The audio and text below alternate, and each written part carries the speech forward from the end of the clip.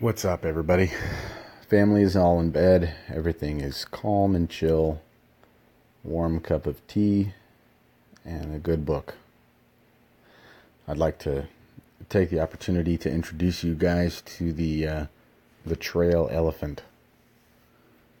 This is a little pink spray painted graffitied elephant that is on the South Omaha Trail, and it's absolutely amazing because when you walk up to this graffiti, it's in a place where you typically would not find this kind of graffiti, and it's got one of those weird feelings about places like that where you walk up to it and it's relaxing, it's calming.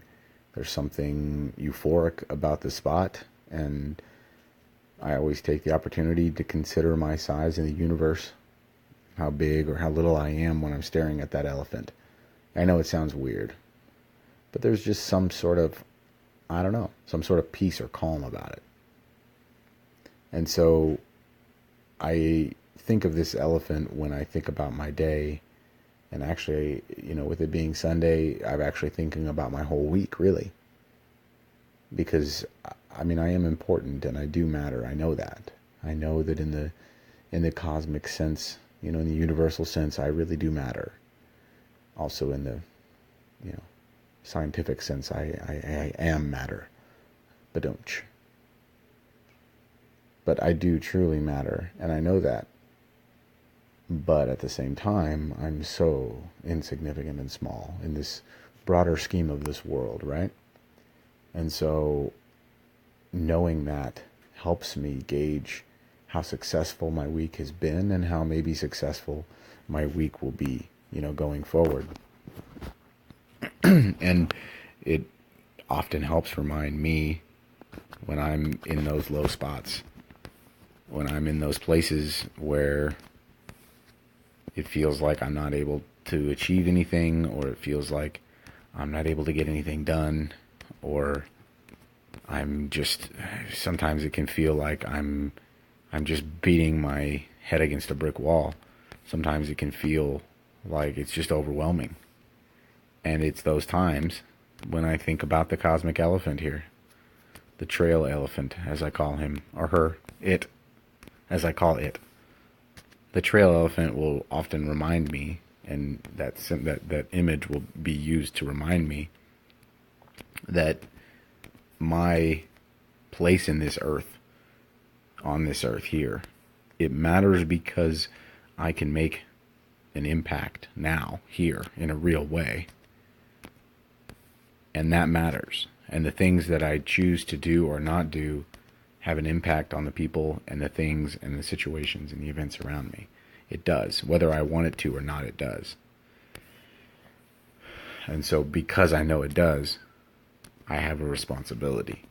With that information comes a responsibility. And so I know that that's a fact. But again, I also know that I am so small in the broader scheme of the world. I am so small. And it is that smallness that reminds me that I need to be attentive to the here and to the now. That I can't choose to allow my predispositions or opinions or views or peculiarities or preferences. I cannot be effective and simultaneously allow those things to have rule and reign in my life. I can't do that. So I can, like many people, allow those things to get the best of me. I can do that for sure. But what I recognize at the end of the day, I think the end of my week here, is that allowing those things to be the boss, to sit in the driver's seat, the more often I do that, the more often I see problems, right? Or even worse, I don't see problems until they become a problem. Holy crap, right? And so gaining the perspective necessary in order to better understand what's going on is really what I'm looking for. That's really the goal. That's really the what I'm trying to ascertain. That's really what I'm trying to pull out. And so for you guys going forward for the rest of your week, I would be very interested in hearing updates from you guys about how that's gone. Because that's what my goal is for this week, is to remember the Elephant Trail and remember the size of me in juxtaposition to this gigantic earth and world and universe and everything that we're in.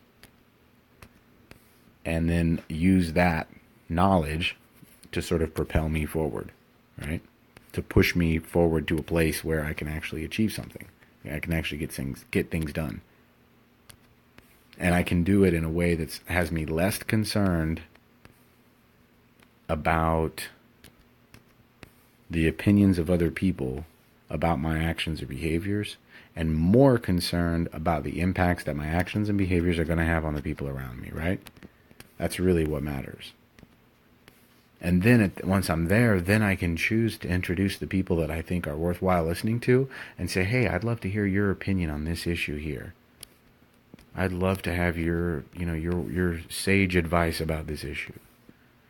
My wife is one of those people. My father is one of those persons. There's a lot of different people that I love to glean knowledge and wisdom from. Okay? But there's very few people that I truly trust. And even fewer people that I'm willing to send out information and be a sounding board back. That resounding board coming back isn't going to be filled with selfishness, but instead it's going to be filled with selflessness. It's going to be filled with a desire to see me do better versus a desire to see them do better, right? That list of human beings that I know beyond a shadow of a doubt are going to be kind and going to consider me over themselves is very short and small. But it's there, and it exists.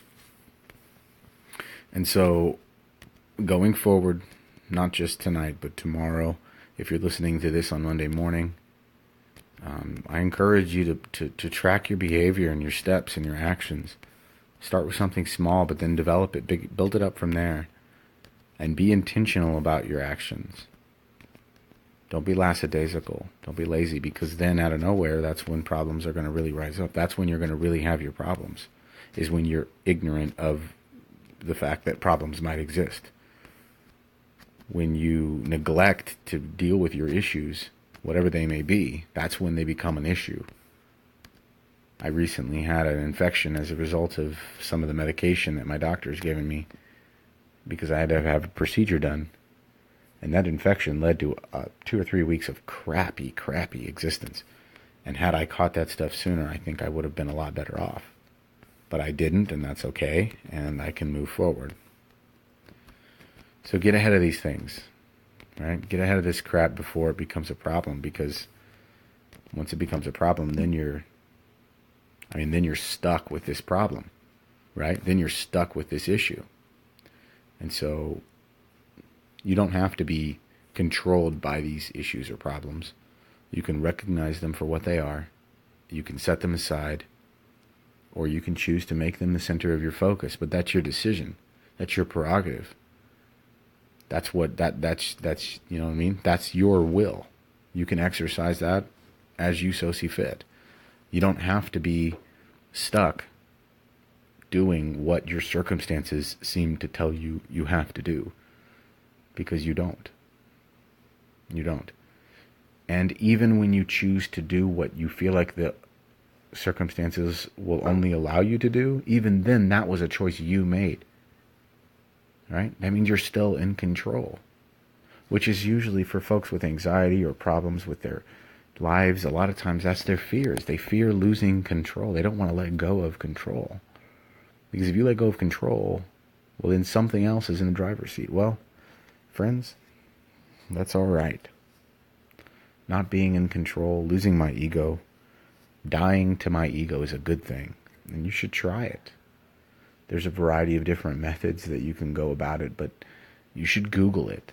It's helpful. You should also go on hikes more often if you're physically capable and able. It will help you in ways that you can probably never even believe. And lastly, start tracking your diet. Start considering your gut health. Your stomach health is going to change your life.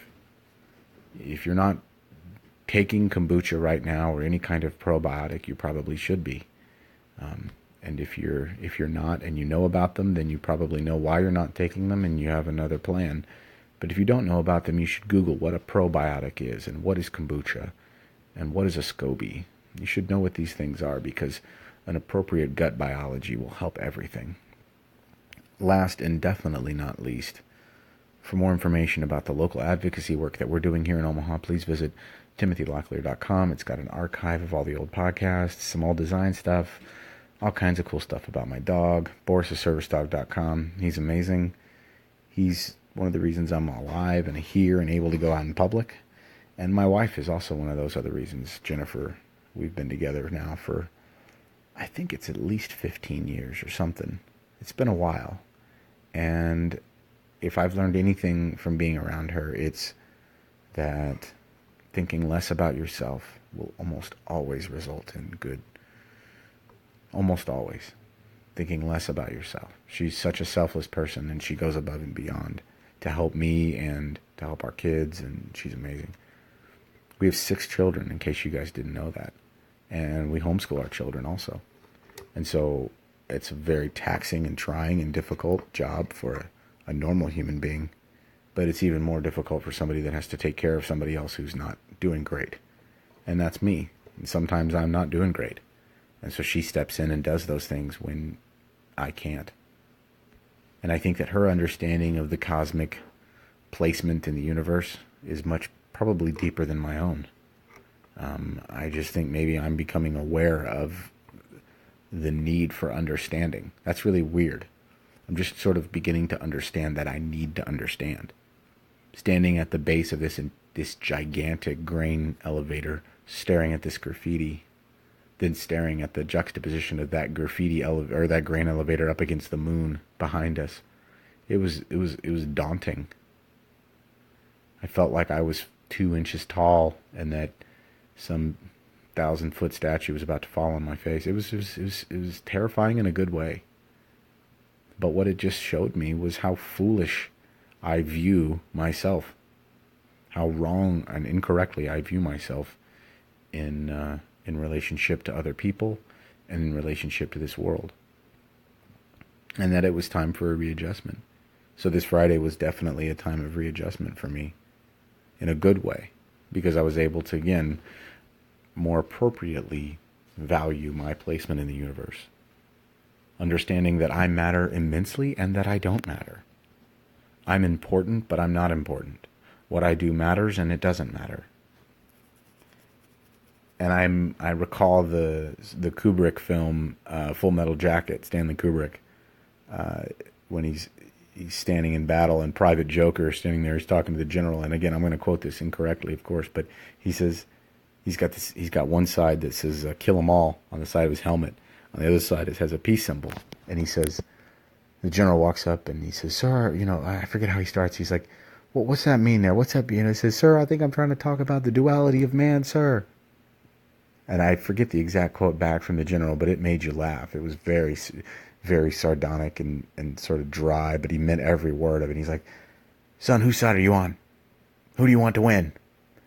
Sir, you got, and he gives him this good old, General Patton-esque sort of speech. He's like, we got a lot of war to fight and a lot of bad people to kill, so straighten up, son, or something like that, But I always think of Private Joker because he had the balls to say that, to say the duality of man. And that's a truism.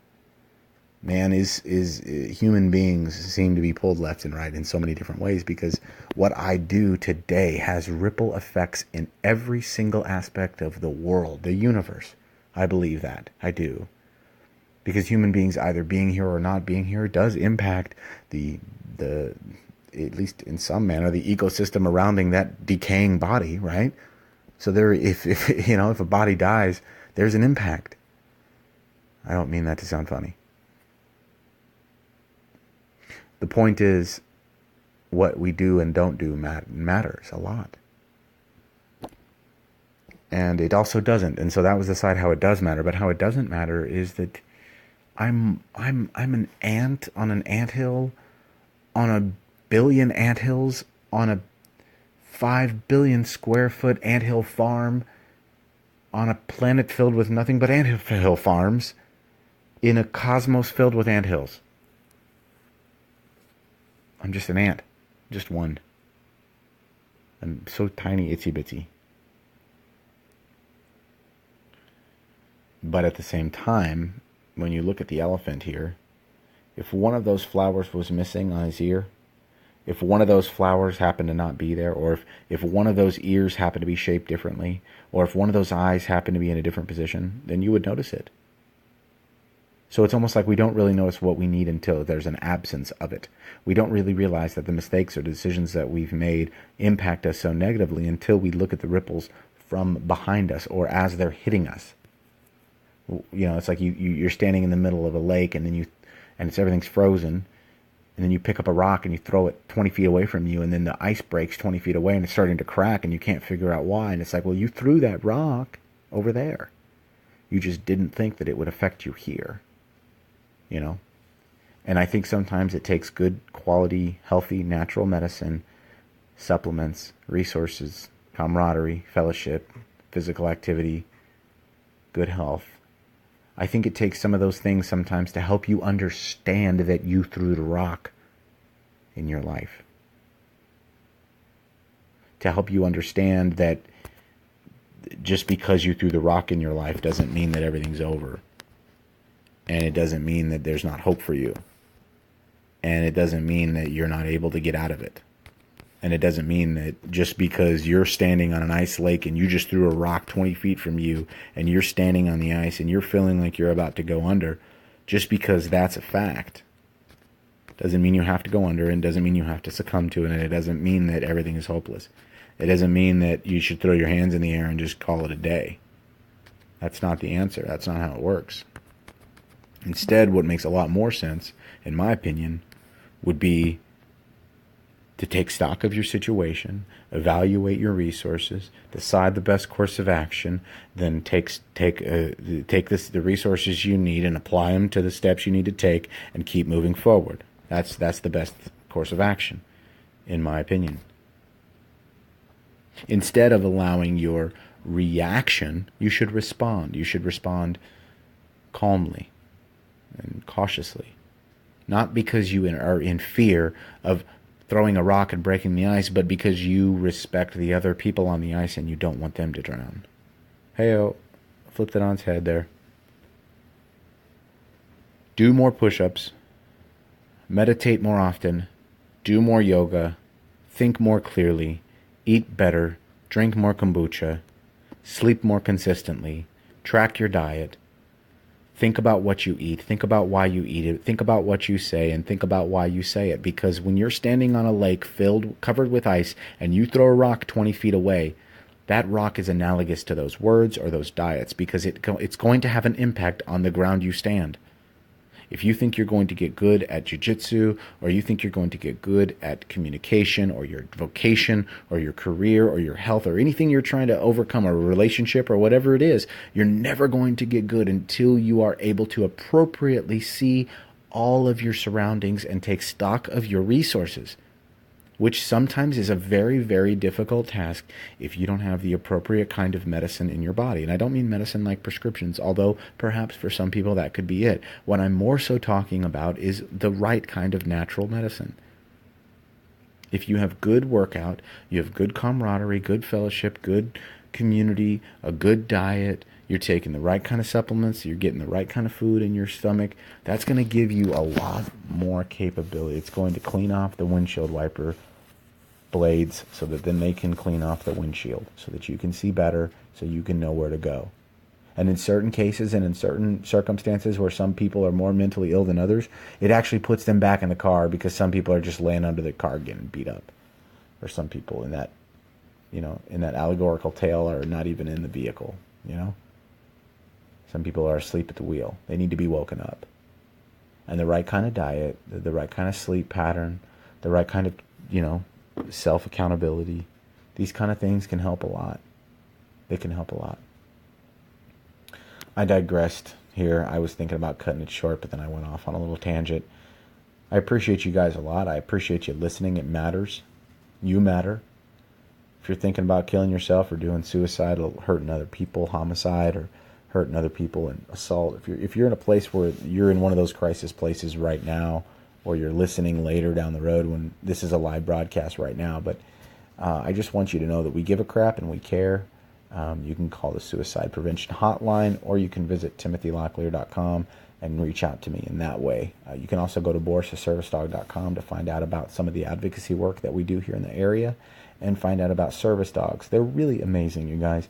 Dogs can do things for people that you can't even imagine, okay?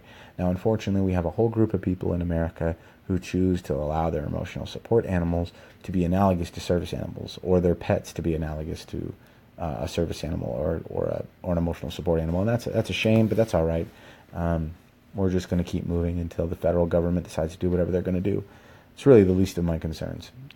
My dog has been trained by Russell Dillon with Dillon's Dog Training. Russell is an amazing veteran, Air Force veteran, who trained working dogs and did some stuff for the CIA and got to meet the president. He's a pretty badass dude, and he also loves veterans a lot and wants to see them get the care that they need, and he recognizes the help that service dogs can provide, and he trains service dogs for veterans for free, and it's an amazing service. There's a nonprofit organization that he works with that they take donations. That organization is called Javelin. You can look them up on Facebook, or just simply check out Dillon's Dog Training. Again, this isn't a commercial for them. I don't get paid by them, but I love Dillon's because my dog's amazing. And I know a lot of times when you guys hear me talking, you hear me talking about dogs. Well, there's a reason. It's because I told around this, I don't know. Jennifer, how much would you say Boris weighs? I don't know. 70 pounds? 80 pounds? No? Less than that? 100? 100 pounds? Yeah. All right. Well, my wife just says my dog's 100 pounds. That's why I talk about dogs all the time. But see, that's actually kind of sometimes selfish, right? I sometimes try to make the conversation about me or about my dog. Which is actually the same thing a lot of people do when I'm out and about. They only come up and want to talk to me because they want to tell me about their dog or about a dog that they saw. And that's fine, But when I'm in the right headspace, that kind of stuff doesn't bother me. When I'm thinking correctly about life, when I have the appropriate amount of perspective, and I can correctly see all the resources I have and totally see where I'm at. When that happens, then I can deal with people like that and wave and smile and be all right. And not freak out, not lose sight of things. I can also not be in control and feel totally good. That's something that physical activity in an intense manner has taught me, particularly Brazilian Jiu-Jitsu has taught me, that when I can't control myself, when I feel like I'm not in control, it's usually those moments when I can find the most amount of serenity and peace. Because I don't have to be necessarily concerned at all with the fact that this 200-pound or 100 and whatever pound human being is on top of me, crushing me, wearing pajamas on this mat, and he's ready to kill me. And I don't know what the heck I'm going to do, and I can't breathe right. It's at that moment where I have to find my peace. I have to look around. I'm on ice right now, right? And I have to look around, and I got a rock in my hand, and I have to take stock of my situation. Should I throw the rock at the ice and crack it? No, that's probably a stupid decision. And how does that translate into the Brazilian Jiu-Jitsu being on the mat, being crushed by the guy in the pajamas? The answer is it translates because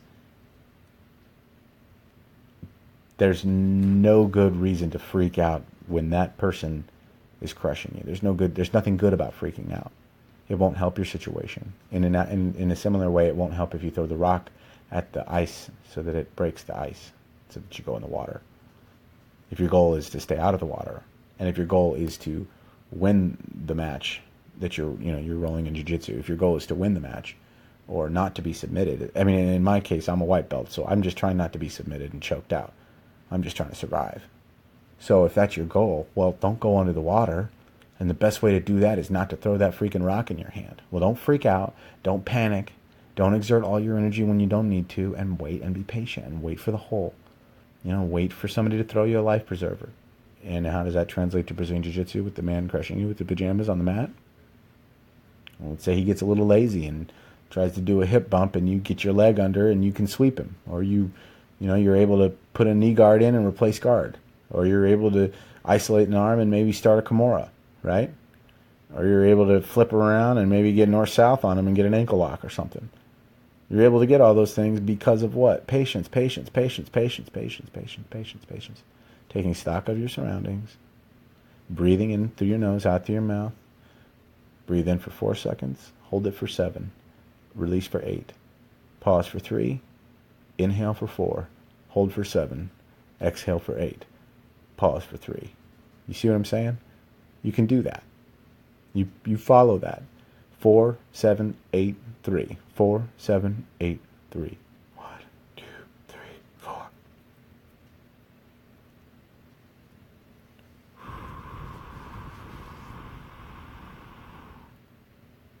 There it is. That's it. You breathe in for 4 seconds. You hold your breath for 7 seconds. You breathe out for 8 seconds. And then you pause for 3 seconds. And you do that over and over and over again. And you focus on your breathing. And you allow your mind to chill out. And then you take stock of your surroundings and you look around and you realize, all right, here's what I have, here's what I don't have. You know? At least I'm not wearing cleats. I know I'm on a big lake of ice and I'm in the middle of nowhere, but it's going to be all right and we're going to figure it out. And somebody's going to throw me a life preserver or I'm going to be able to crawl to safety, but I'm definitely not going to pick up this giant boulder and throw it at the ice because that would be not help me achieve my goal. But yet, a lot of human beings, they lose sight of the people and the situations around them. And some jerk comes up and says, hey, if you'll just throw that rock at the ice, everything will be fine and you'll get out all right. And then you, like an idiot, throw the rock at the ice and start drowning and whining and complaining that you're getting cold because you threw a rock at the ice. When in reality, what you should have done was paused, breathed in for 4 seconds, then held it for 7, and then breathed out for 8 seconds, and then paused for 3. And then did that a bunch of times and just chilled out. Don't pick up any rocks to throw at the ice yet. Just calm down. Take a look at your surroundings, decide what you can do, and then move on from there. And again, how does that translate to Brazilian Jiu-Jitsu, being on the mat with a guy wearing pajamas on a mat trying to crush you? All I've got to do is wait for him to get lazy, and then bingo, I got it. But if I freak out while I'm trying to stay alive and survive to find the hole, then I've panicked and lost sight of the goal, and I've basically thrown in the towel. Again, now, how does Brazilian Jiu-Jitsu translate to real life, Tim? Well, I'm glad you asked that, other Tim. I'd like to answer that low-ball, easy question.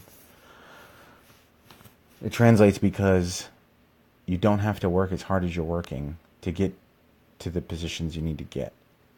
Finding a Kimura on somebody is a lot easier when you're not freaking out about not being able to breathe.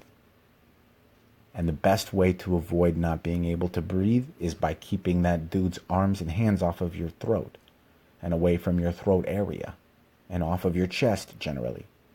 Or be cool with him being on your chest and learn how to breathe despite the fact that he's crushing your diaphragm. Right? So when you're in real life and you've got $430 in the bank account and $590 of rent is due, and you didn't know that things didn't clear and you just went and bought tacos with your friends, and that's $12.97 that's about to clear, and you know rent's not going to clear. Now at that point, that's where you can freak out. That's where you can I don't know what to do. And you got a rock in your hand and you're like, all right, guys, let's just go crazy, you know? Or pause and think about it. All right, do I have friends that have money? If I do, have I used up all that? Can I call my landlord and try to work out a deal? Can I call, what do I do? How do I deal this? And then you call somebody older than you who's got a lot more money and maybe got a mortgage or two. And you ask them, hey, how do you do all that crap, dude? Because I'm having some real problems. Turns out they probably are really good at money if they've got a couple mortgages. My wife and I had the opportunity to hang out with some people like that growing up, and that was good. In our first years of marriage, we had a couple people like that, and we were grateful. And so you should find somebody like that if you're confused about what to do. Get over your ego, get over yourself, and recognize that in the eyes of the cosmic elephant, you're no bigger or smaller. You're no more important or less important. And you need to calm down and take stock of your situation, and don't throw rocks on the ice if you're standing on a lake that's frozen, because you might drown. Thanks, guys. You're awesome. Please check out the website. Please go to timothylocklear.com for archives of podcasts and that kind of stuff. Thank you guys for listening thus far, and have a wonderful, wonderful evening. See you guys tomorrow morning for some jiu-jitsu, I think.